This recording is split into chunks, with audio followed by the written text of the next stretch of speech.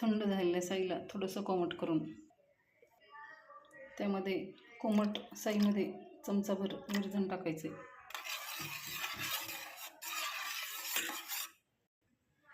तयार झालेल्या या दह्यापासून आता ताक बनवून घ्यायचे.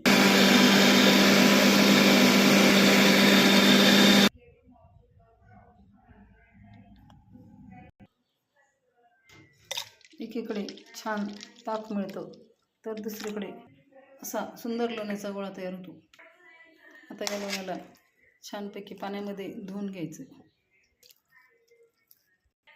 असं लोणी धुवून निघालेलं पाणी टाकून द्यायचं आणि हे लोणी आता कडवायला ठेवायचं.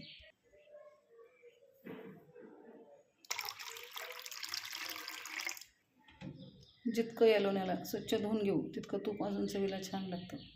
म्हणजे तुपाला कुठलाही खराब वास राहत नाही. आणि तूप कडवताना असं स्टीलच्या कढईमध्ये छानपैकी तूप कडवायचं. बरेचदा ॲल्युमिनियमची भांडी वापरली जातात परंतु ती वापरू नये. आता गॅसवरती लोणी कडवायला ठेवलेलं आहे. हळूहळू लोणी वितळून नंतर पूर्णपणे छानपैकी तूप तयार होईल.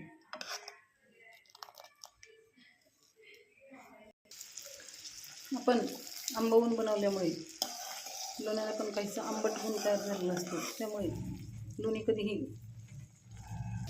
ॲल्युमिनियमच्या भांड्यात कडू नये. बहुतेक वेळा करपण्याचा प्रॉब्लेम, तूप करपू नये यामुळे लोणी ॲल्युमिनियमच्या भांड्यामध्ये कडवलं जातं.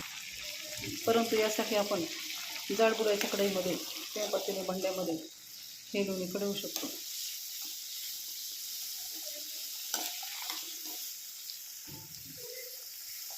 तुपाचा खमंग असा वास येऊ लागला आहे. स्वच्छ लोणी धुतलं की वास पण छान येतो. साय लावताना साय खराब होणार नाही याची काळजी घ्यायची, जेणेकरून तूप कडवताना खराब वास येत नाही, तर छान वास येतो आणि तूप बनल्यावर पण तूप अगदी खमंग होतं. आता तुपातला फेस संपून छानपैकी तूप दिसू लागलं आहे.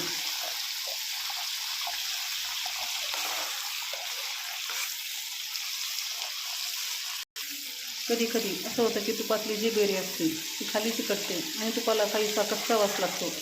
तर वरचं तूप मात्र कडवून गेलेलं असतं. त्यामुळे आपल्याला गॅस बंद करावा लागतो. यासाठी जाडबुडाच्या ह्या कढईमध्ये मी असं सतत ढवळत आहे, जेणेकरून बेरी पण एकसारखी भाजून निघते आणि एका जागेवर कच्ची बेरी राहून तुपाला वास लागणार नाही. शिवाय त्यातलं मॉइश्चर पण व्यवस्थितपणे उडून जाईल.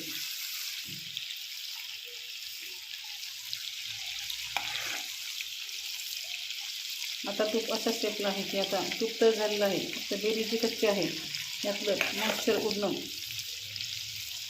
बाकी आहे.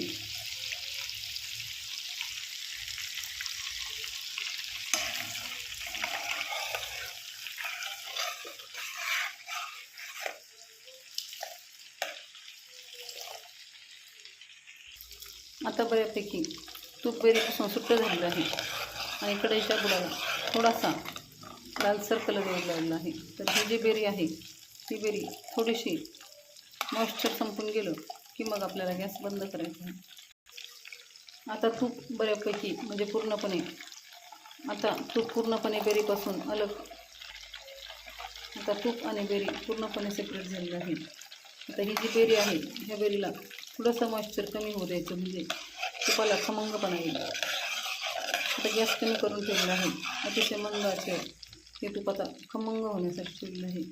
ज्यावेळेस तुपाचा हा तडतड आवाज खूप कमी होतो आणि बेरीला थोडासा तांबूस रंग येऊन यातलं मॉइश्चर कमी होतं, त्यावेळेस मी गॅस बंद करणार आहे. त्यामुळे हे तूप, त्याला तुपाचा असा दुधाट वास न लागता खमंग वास लागतो.